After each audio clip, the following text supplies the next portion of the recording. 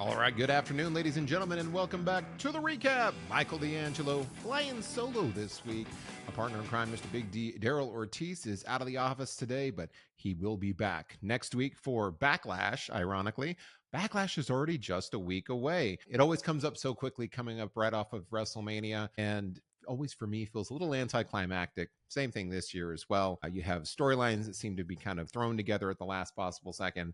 But we're going to get into it. Today, we'll be recapping what happened on Monday Night Raw and Friday Night SmackDown as we are on the road getting close. We've got the penultimate episodes coming up this week before we get into Backlash. So getting right to it, Monday Night Raw, big highlights. The most important piece I felt like was trying to establish Seth Rollins now as a true heel. You know, we've got him teaming up with Paul Heyman. Now they brought Braun Breaker into the fold.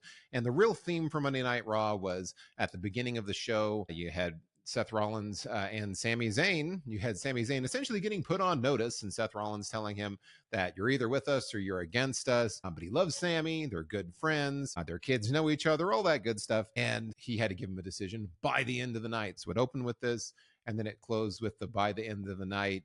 He needs to give us an answer. We all know Sami Zayn, you know how he is. You know he wasn't gonna join them up. If he didn't join up with this new faction, or just I guess go along with what Seth Rollins wanted to do, the alternative was Seth was going to transfer him over to SmackDown.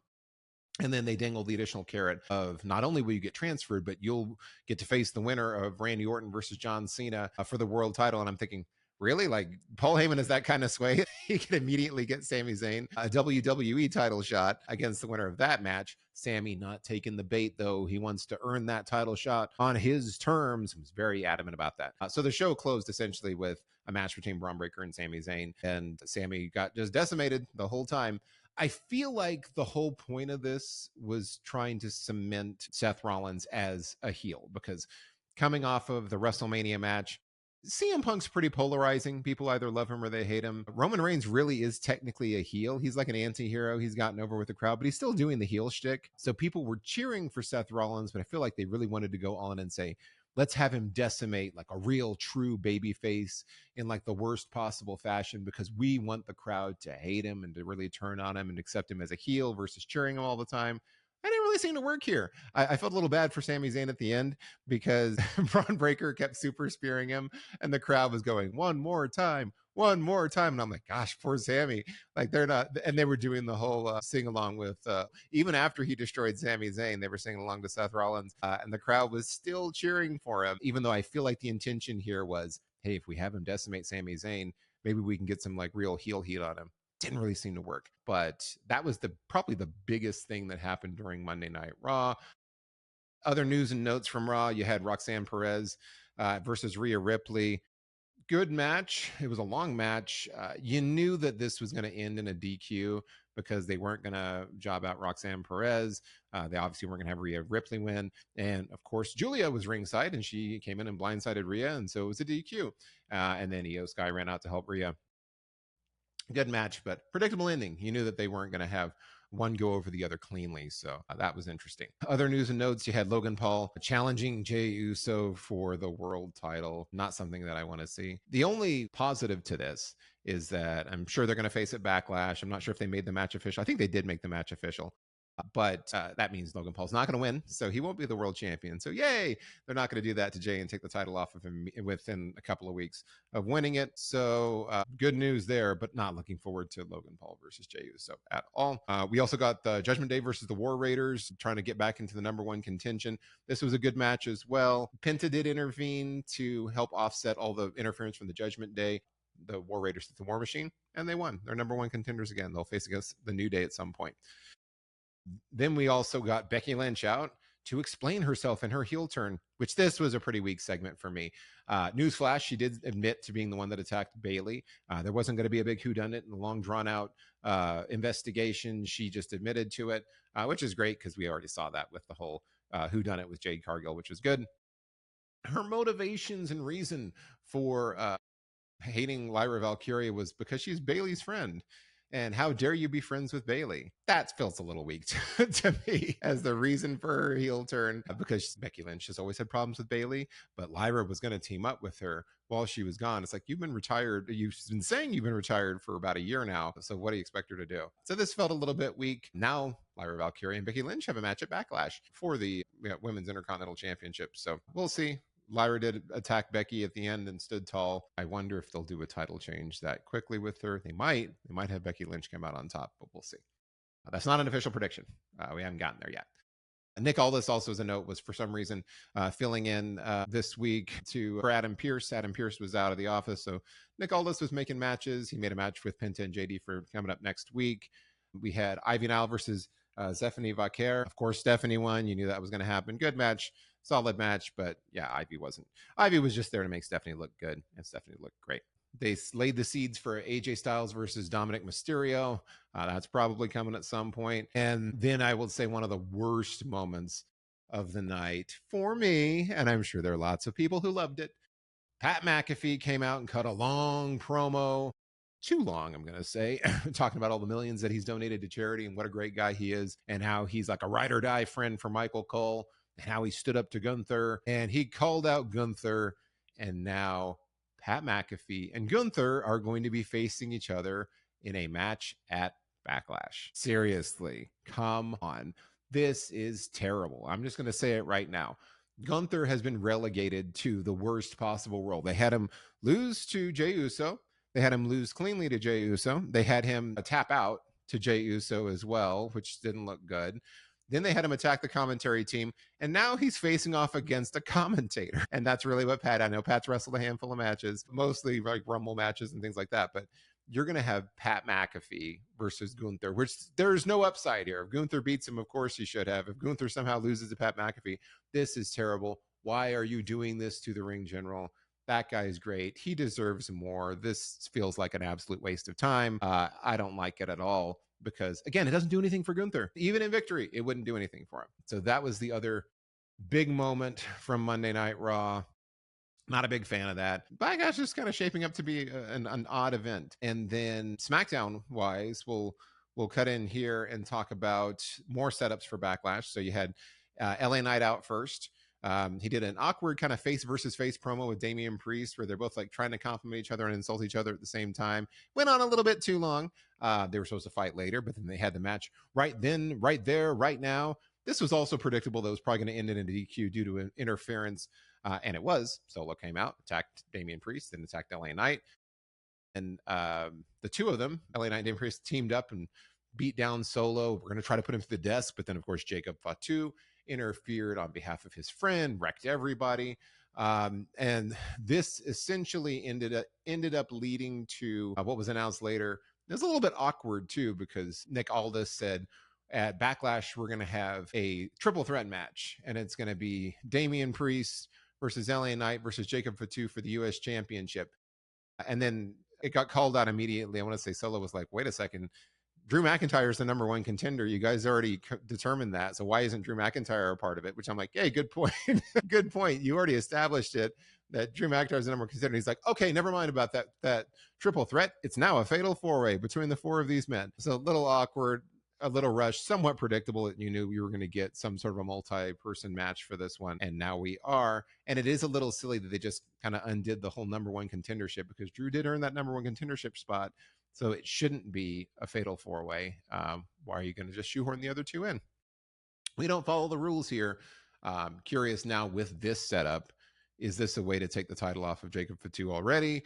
I hope not. I hope he still comes up victorious. But we'll see. This is a good excuse for Jacob being a monster. Doesn't have to be the one that gets pinned here. Next up, my match of the night again was Fraxium versus Pretty Deadly. They were runners-up for match of the night last week. Fraxium was in their debut. Runners-up because we had that wild TLC that was just absolutely just a barn burner to close out the show. No barn burners here this week to compete with it. So Fraxium versus Pretty Deadly was fantastic match of the night. Great work. I said it last week. I'll say it again. SmackDown definitely has the best tag division between Raw and SmackDown. So an abundance of riches continues. Love what Fraxium is doing. Great call-up from NXT. And they were victorious against Pretty Deadly, of course, picking up 2 wins in a row. Really great stuff. The other eventful piece, you had Nia Jax making a promo against Tiffany, and then Tiffany came out, Naomi came out, Jade Cargill came out. As it was happening, I was sitting there and my wife was in the room, kind of half paying attention. She doesn't like wrestling. And I said, well, this is going to be obvious. The four of them are out there. Nick Aldis is going to come out and go, we're going to make a tag match for tonight. Then it's going to be Jade Cargill and Tiffany Stratton taking on Nia Jax and Naomi. And sure enough, it's exactly what happened. Nick Aldis walked out and said, since the four of you are out here, we're going to make a tag match for later in the evening. Very predictable. That was the main event. It ended up happening later, which was a fine main event. Not great, not terrible. Certainly not the TLC. It's trying to follow the TLC main event from last week. It was what it was. It was a great finish, I will say, in that main event. Jade countered the Annihilator. Nia was trying to put her in a position for it, and then got underneath Nia Jax when she was getting ready to drop and walked her out, hit her with a power bomb, got the pin. So Jade picked up the win for the team over Nia Jax, which was it was a great finish. It was awesome. Jade Cargill looked so much better coming back. I know she looked a little rusty and she had some problems when she first started out. I think teaming with Bianca and kind of continuing to work on her craft and honing her craft really has helped because she's looked phenomenal since coming back. I believe next week she has a number one contenders match with Nia Jax. So set up here. Makes me feel bad that she got the victory over Nia in the tag match, which makes me feel like she's going to lose now in the singles match next week. And I'm sure there'll be interference from Naomi to cost her. Probably what will end up happening. We also had, important to note, Randy Orton came out, cut a promo, solid promo. He basically just talked about John Cena a lot and kind of seen as who he's always been. And he didn't raise anybody else's kids, blah, blah, blah. Did say he's going to beat him at Backlash and that he was going to punt John Cena's head clean off his shoulders. Highly unlikely. I think John Cena's head will stay attached. Now, what I mean by that is this is always kind of what happens after Backlash. It was like AJ Styles and Cody Rhodes last year. Orton's definitely not going to beat John Cena. He's not going to lose the title that quickly. It would be a nice shock and a nice surprise if he did drop the title that fast, but it probably won't happen. I'm looking forward to seeing. I think that will probably be one of the best things about Backlash will be Orton versus Cena again. Nice to see it just from a nostalgia and the history that they have together. But yeah, they've built this one about as much as they need to at this point. Good, solid stuff from Randy Orton. Another solid match was Penta versus Santos Escobar.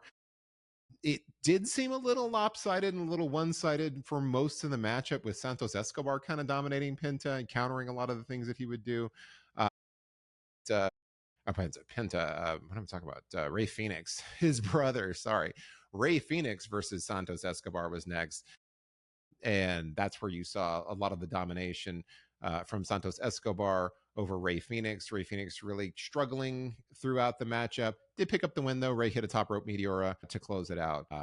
And I'm kind of holding and waiting because I feel like Penta's lost a lot of his momentum on Raw. I'm waiting for them to just do a Penta and Ray reunion, get the Lucha Bros back together, move them over to Monday Night Raw where you need tag teams is kind of what I'm hoping for at this point. But this was solid stuff too. And then we talked about the main event as well, which set up is kind of the lead in for the number one contenders match between Jade Cargill and Nia Jax coming up next week. So that was, of course, the tag match that we talked about earlier. So that was it in a nutshell. Not a whole heck of a lot happened. I mean, the biggest headlines are they're filling out the card. We got the men's United States Championship Fatal 4-Way announced. We, of course, are continuing to build to Orton and Cena. You had the disappointing Gunther versus Pat McAfee announcement for their match as well. So they're really just kind of working on rounding out the card here at this point. And then it sounds like we've got Jey Uso versus Logan Paul coming up. So it's going to be we'll see a mixed bag for Backlash. That's what it'll end up being. But you'll hear from us next week. We'll be giving Backlash results and reactions and talking it all through. I don't expect anything super eventful to happen. I don't think either of the world titles are going to change hands. You'll probably have potentially something happen in that men's Intercontinental Championship match. If you end up having Zelina Vega rematching against Chelsea Green at some point, if they end up making that happen, I feel like they're trying to make that happen. You never know. Chelsea Green might get her women's U.S. championship back. That was one thing that did happen on SmackDown as well, which was pretty good. You had Zelina Vega, a non-title match against Piper, picking up the win, but Chelsea Green was out and they're all in mourning because she lost the title. So they're all wearing black. And she modeled her attire after like Jackie Onassis. Like it was silly, but all the right kinds of silly. So I absolutely love that. And then the other thing that happened, I almost forgot, was Miz versus Aleister Black. That was coming off of last week's debut for Aleister Black, where Miz got hit by Black Mass when he came out. Fine match. Aleister Black hit the Black Mass again for that win. So yeah, those were all the notes. Wanted to make sure we captured everything. So yeah, that was everything. I'll give a B minus for both shows, just because this is like the run up into Backlash and everything's moving very quickly. And it's a lot of kind of resetting of storylines as we move forward. So we'll see how that plays out. But that's what I got for this week. We'll keep it nice and short and sweet and brief. This will be a short one, but don't forget to like, share, and subscribe. Leave your comments if you agree, disagree. What did you think of what do you think of the card of Backlash so far and what's been announced? What do you think about Orton versus Cena? Are you really looking that much forward to seeing it? What do you think about Gunther versus Pat McAfee? I'd love to hear that. I can't imagine a lot of people want to see that. So I'd love to hear what you have to do. So please leave the comments. Let us know how you feel about it. We appreciate all the support as always. Big D will be back next week. And until then, I've been Michael D'Angelo. Have a wonderful week, everyone.